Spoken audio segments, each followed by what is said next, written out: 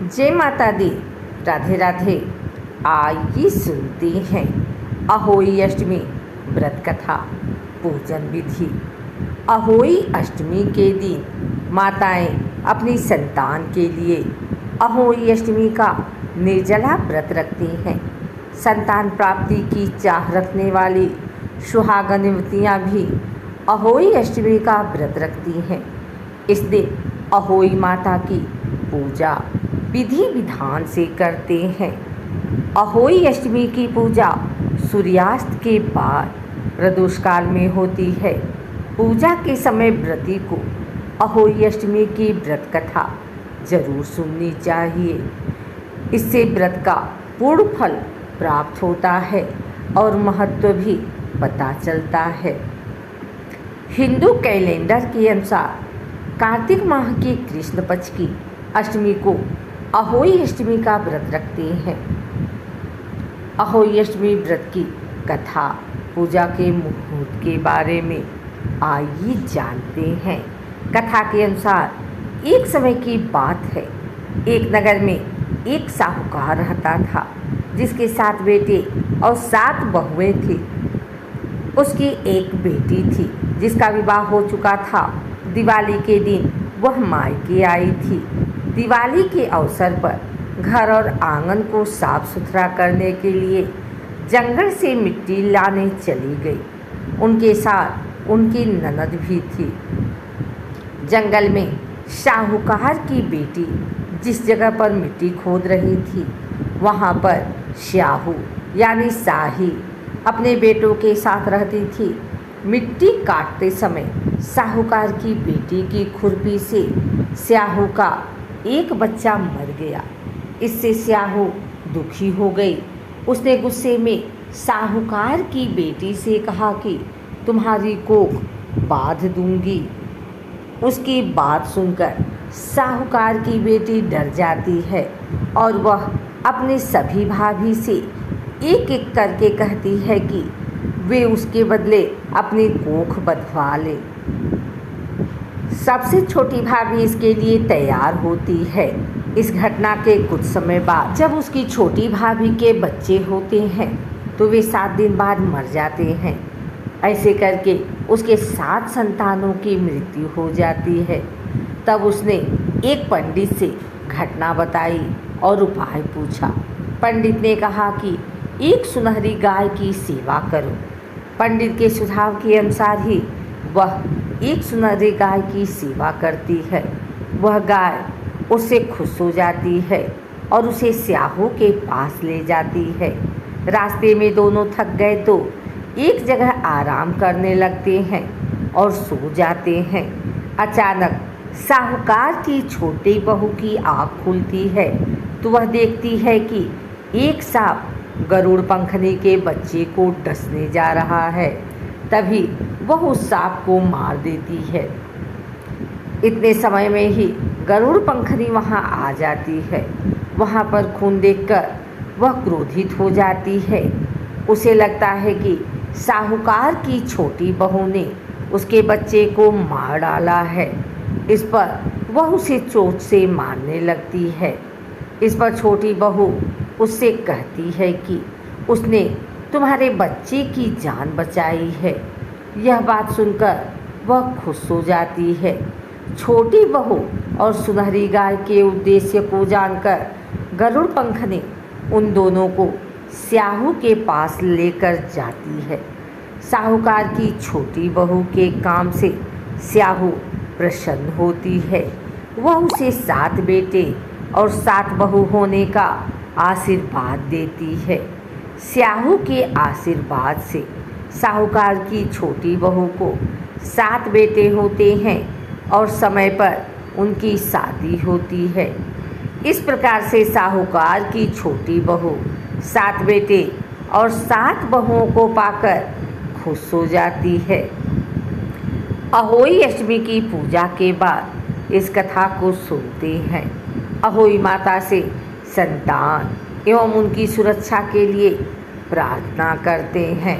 अहोई अष्टमी के दिन सुबह स्नान आदि से निवृत्त होकर अहोई माता के सामने व्रत का संकल्प लें।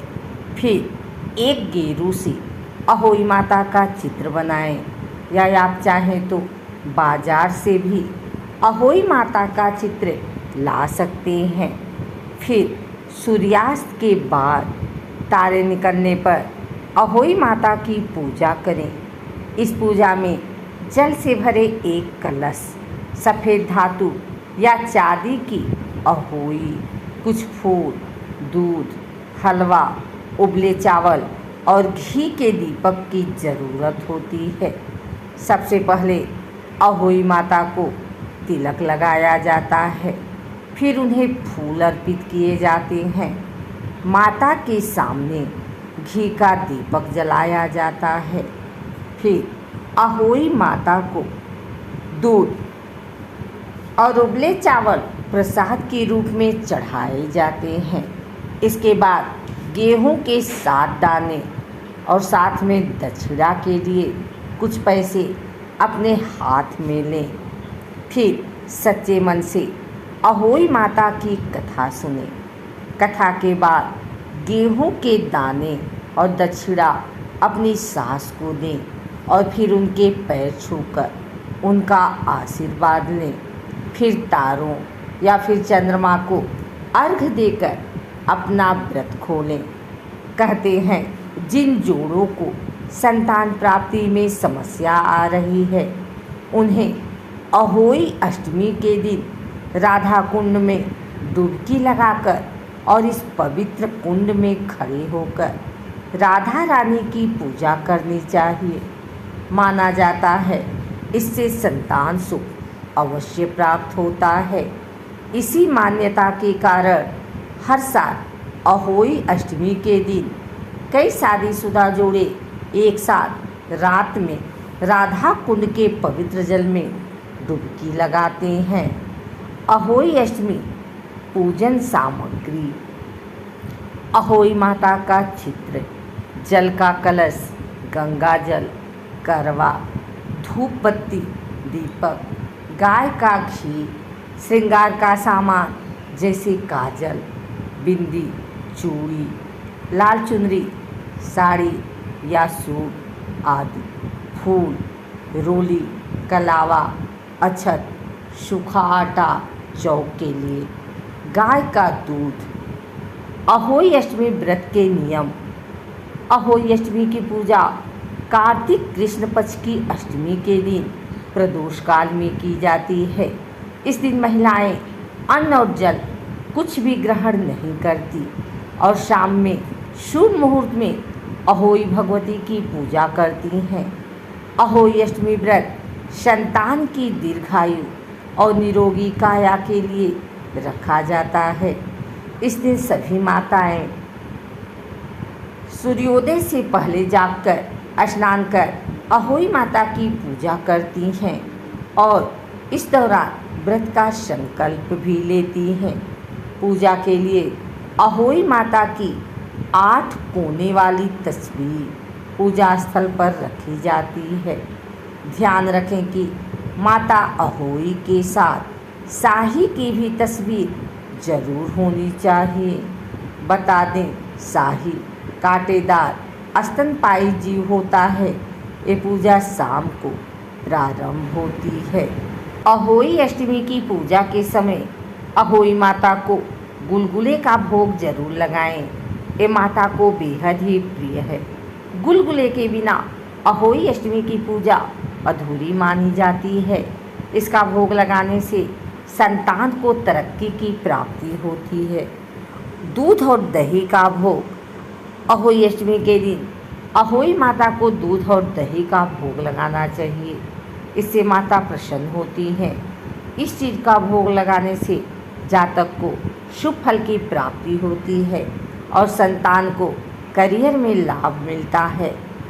अहोई व्रत की पूजा में 8 पूरी और 8 मालपुआ का भोग लगाया जाता है।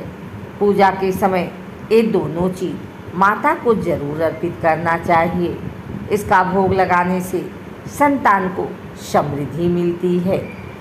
बतासे: अहोई अष्टमी पर आप माता को बतासे का भोग लगा सकते हैं। इसका भोग लगाने से माता पार्वती खुश होती हैं संतान की प्राप्ति के लिए ये भोग सबसे उत्तम माना जाता है।